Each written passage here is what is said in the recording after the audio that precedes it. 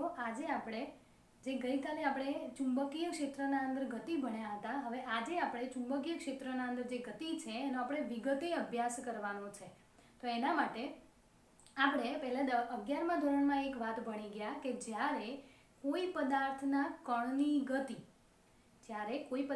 કણની ગતિ અને એના ઉપર લાગતું જે બળ છે એ બંને એકબીજાની દિશામાં અથવા તો એની વિરુદ્ધ દિશામાં હશે તો જ આપણે એ બળ વડે કાર્ય મેળવી શકીએ. બરાબર, ધ્યાનથી સમજો કે આપણે 11મા ધોરણના અંદર ભણીને આવ્યા કે જ્યારે કોઈ કણ છે એની ગતિ અને એના ઉપર લાગતું જે બળ છે એ બંનેની દિશા એક જ દિશામાં અથવા તો બંને એકબીજાની વિરુદ્ધ દિશામાં હશે તો આપણને એ બળ વડે કાર્ય મળે છે. બરાબર, તો અહીંયા અને એના સિવાય આપણે જે ગઈકાલની જે ચુંબકીય ક્ષેત્રના અંદર ગતિ ભણી એના અંદર આપણે શું કહેતા હતા કે જે વેગ છે, વેગની દિશા, એના ઉપર લાગતું બળ અને જે ચુંબકીય ક્ષેત્ર છે એ ત્રણેય એકબીજાને કેવા છે? લંબ છે.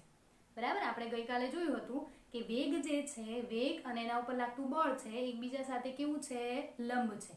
તો આપણે અહીંયા ચુંબકીય ક્ષેત્રના અંદર જે ગતિ થશે એના ઉપર કોઈ કાર્ય થશે નહીં. કેમ? કારણ કે એ એકબીજાને સમાંતર અથવા એની દિશામાં અથવા તો એની વિરુદ્ધ દિશામાં હોવા જોઈએ, પરંતુ અહીંયા બંને એકબીજાને કેવા છે?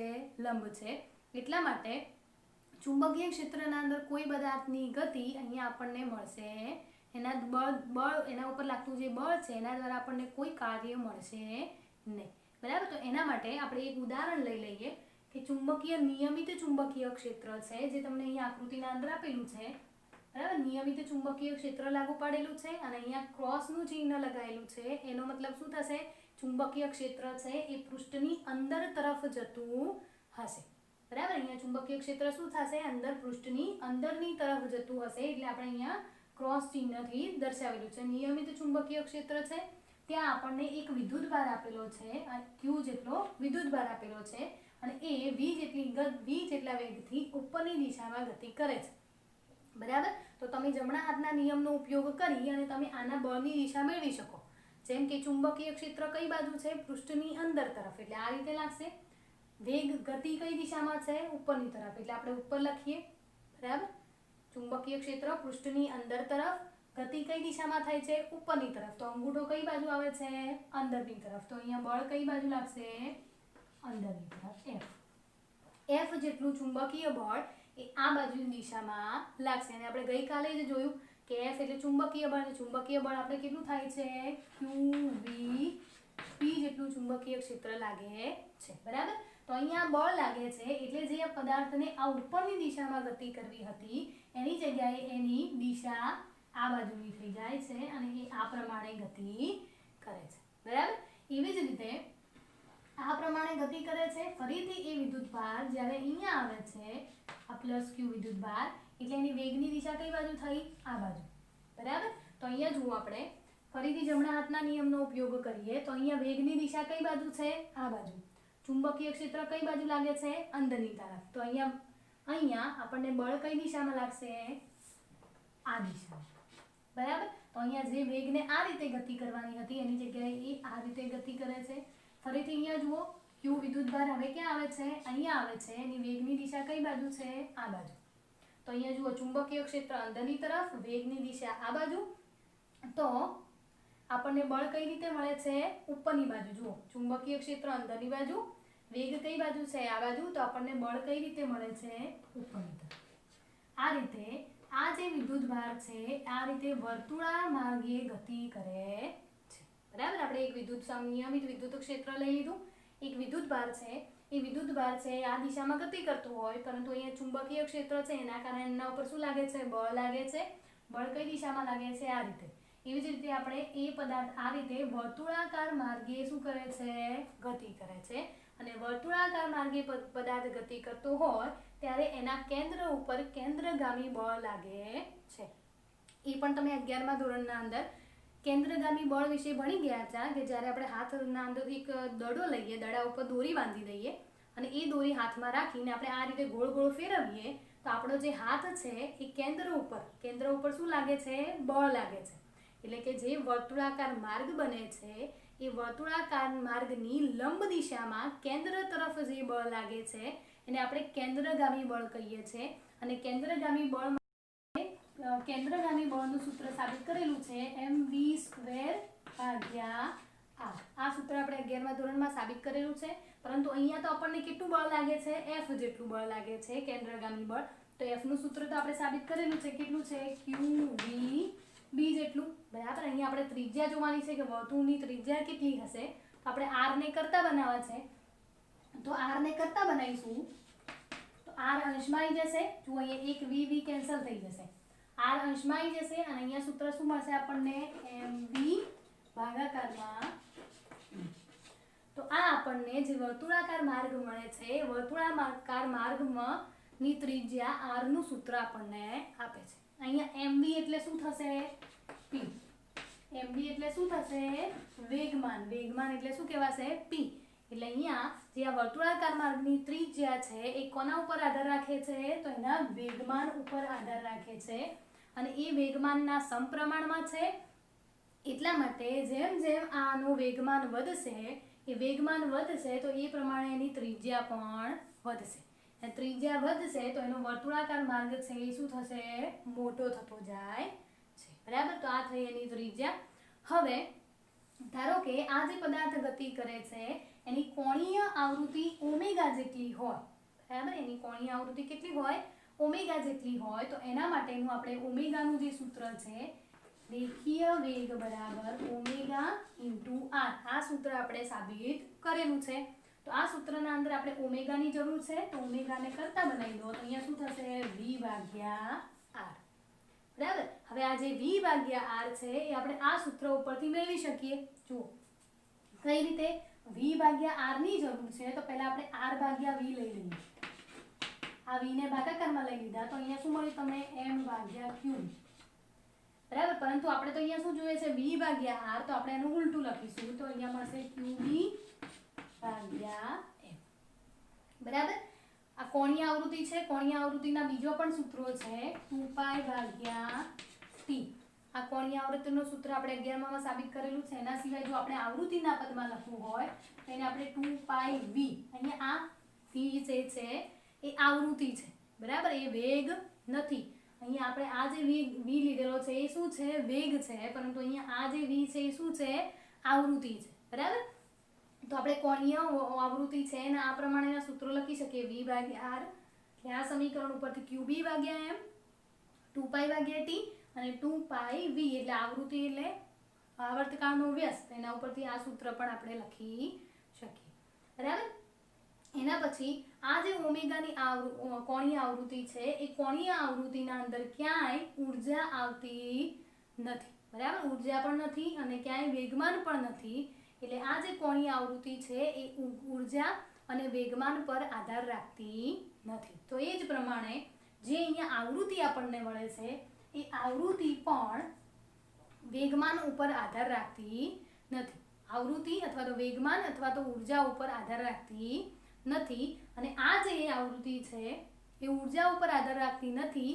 એ જે વાત છે એને આપણે સાયક્લોટ્રોન વાળી જે થિયરી ભણવાના છીએ. એ થિયરીના અંદર આ જે આવૃત્તિ છે એનો આપણે ઉપયોગ કરવામાં આવશે. બરાબર. તો આપણને મળી ગયું કોણીય આવૃત્તિ. હવે આ તો આપણે જોઈ લીધું કે વેગ અને બળ એકબીજાને લંબ દિશામાં હતા, તો એ દરમિયાન બળ દ્વારા આપણને કોઈ કાર્ય મળ્યું નહીં. પરંતુ આપણે ધારી દઈએ કે ધારો કે y x દિશા છે, આ દિશામાં આપણને ચુંબકીય બળ લાગે છે. બરાબર. ચુંબકીય ક્ષેત્ર એ આ દિશામાં છે.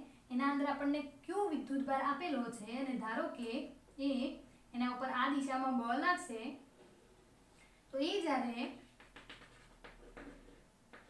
ગતિ કરતો હોય તો ધારો કે એનો વેગનો જે ઘટક છે, અહીંયા વેગ કઈ દિશામાં હશે? આ દિશામાં વેગ. બરાબર. તો એ દિશામાં છે તો આપણને વેગના બે ઘટકો મળશે. એક વેગને લંબ દિશામાંનો ઘટક, એને આપણે v લંબ કહીશું, અને બીજો વેગને દિશામાં ઘટક એટલે આપણે એને શું કહીશું? v સમાંતર. બરાબર. વેગ જે છે એ આ દિશામાં મળશે તો આપણને વેગના બે ઘટકો મળશે. વેગને લંબ દિશામાંનો ઘટક અને બીજો વેગને સમાંતર ઘટક. હવે ધારો કે એવું થાય કે જે ચુંબકીય ક્ષેત્ર છે એ ચુંબકીય ક્ષેત્રના અંદર વેગનો કોઈ એક ઘટક, આ બે ઘટકો છે એમાંથી કોઈ એક ઘટક એ ચુંબકીય ક્ષેત્રને સમાંતર અથવા તો પ્રતિ સમાંતર હશે તો શું થાય?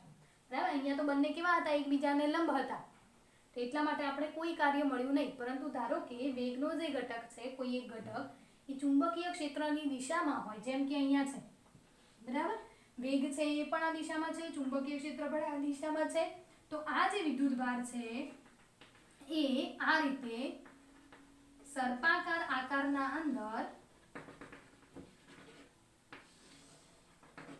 આ રીતે ગતિ કરે છે, બરાબર. અને એ કોઈ એક વર્તુળાકાર માર્ગે નથી ગતિ કરતું, પરંતુ શું કરે છે, ધીમે ધીમે ગતિ કરતું કરતું શું કરે છે, આગળ વધે છે, સર્પાકાર આકારની ગતિ કરે છે. અને આવી જે ગતિ છે એને આપણે હેલિકલ ગતિ તરીકે ઓળખીએ છીએ. આ જે ગતિ થાય છે એ હેલિકલ આકારની ગતિ થાય છે, બરાબર. ધારો કે એક પરિભ્રમણ છે, એક પરિભ્રમણ પૂર્ણ કરવા માટે લાગતો સમય એને તો આપણે શું કહીએ છીએ, આવર્તકાળ t.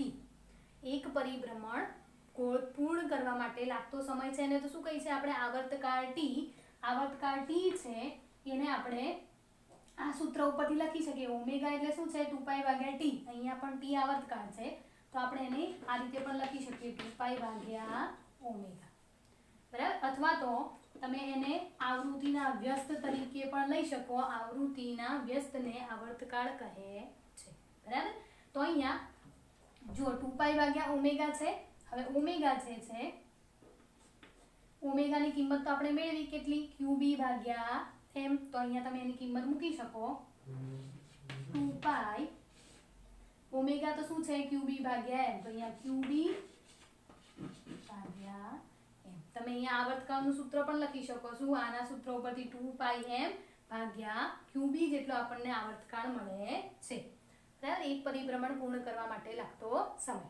હવે જ્યારે આ વિદ્યુતભાર છે એ ગતિ કરે છે તો એના એક પરિભ્રમણ દરમિયાન એ કેટલુંક અંતર કાપે છે, જુઓ અહીંયા, બરાબર. અહીંયાથી ગતિની શરૂઆત કરે અને ફરીને અહીંયા આવે ત્યાં સુધી એ અમુક અંતર કાપે છે. અને આ જે અંતર છે એને આપણે પેચ કહેવામાં આવે છે. આ જે અંતર મળે છે તો એક પરિભ્રમણ કરવા માટે જે વિદ્યુત ચુંબકીય ક્ષેત્રની દિશામાં જે અંતર કપાય છે એ અંતરને આપણે પીચ તરીકે ઓળખીએ છીએ, પેચ કે પીચ જે કહો છો, અને એને આપણે પી વડે દર્શાવીએ છીએ, બરાબર. અને પી એટલે શું થશે કે જે ઘટક એને સમાંતર હોય, કયો ઘટક સમાંતર છે, v નો, તો એનો સમાંતર ઘટક, બરાબર. આ જે અંતર છે ને એ અંતર કેટલું હશે, તો એને જે ઘટક સમાંતર છે એ સમાંતર ઘટક અને એના દરમિયાન લાગતો આવર્તકાળ t, બરાબર. હવે અહીંયા તમે આવર્તકાળ t ની કિંમત છે એ મૂકી દો અહીંયા. તો અહીંયા આવર્તકાળની કિંમત મૂકશો તો આપણને શું મળશે, 2π m v સમાંતર ભાગ્યા qb.